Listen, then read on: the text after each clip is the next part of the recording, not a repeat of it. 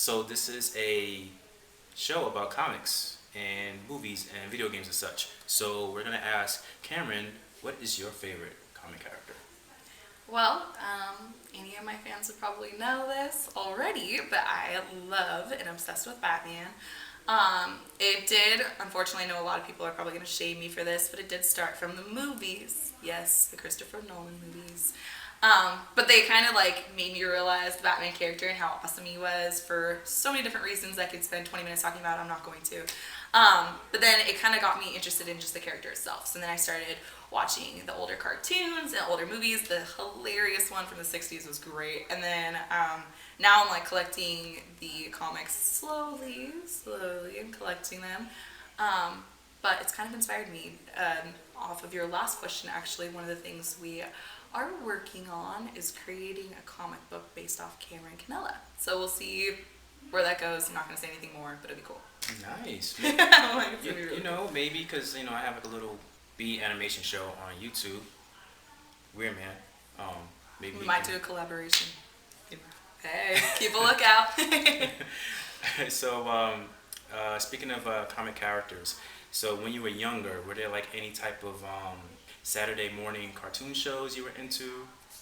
Well, I actually was raised by a fairly strict dad, kind of. So he didn't allow me to watch a lot of violent TV shows. Okay. For example, like Pokemon and Yu-Gi-Oh!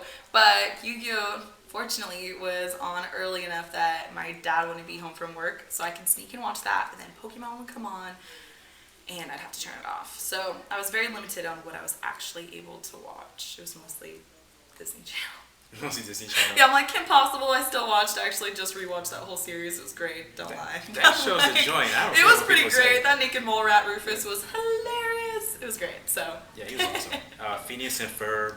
that was a good one. Yeah, I mean, that's a great just show. Disney Channel in general. Boy Meets World. That was a classic. That wasn't even a cartoon. Greatest show of my generation. How old are you again? 21. 20. Okay, so yeah, greatest show of my generation. You probably watched like the reruns. Hey, it doesn't mean that I wasn't still, No. culturally experienced. No, that was great. For the fact that you think that was like probably one of the best shows ever. Oh yeah, well that and a new show that I'm rewatching from, I remember watching it when I was a kid, didn't understand a lick of what was going on. And now it's probably, I understand why it's so great, but Seinfeld. Oh yeah, big time. Like, I didn't understand any of the jokes. The little Yeah. subtle things that when you're a kid, it just doesn't make any sense. And then you become an adult and adult life and just like little jokes that are so funny out of that show, that are so relatable, an incredibly relatable show, which I feel like they miss a lot these days with TV It was shows. ahead of its time. It Definitely. really was. And the funny thing is, people don't know. I think that started in the late '80s. Yeah, Seinfeld. it was 88. Yeah, like I'm almost certain. definitely ahead of its time. Mhm. You should watch from the beginning again and play a drinking game with it. Oh, I've watched it from the beginning. I've seen every single episode. But now. we gotta do this time. Like, yeah. What you gotta do this time though is pick out the "that's what he said, she said" moments. That show has more of that than The Office. Okay. It is hilarious. So every time when you think they did a "that's what she said, he said" moment, gotta do a shot. Oh, okay. Well, I think a lot of people get pretty hammered. I'm like, That's the whole point.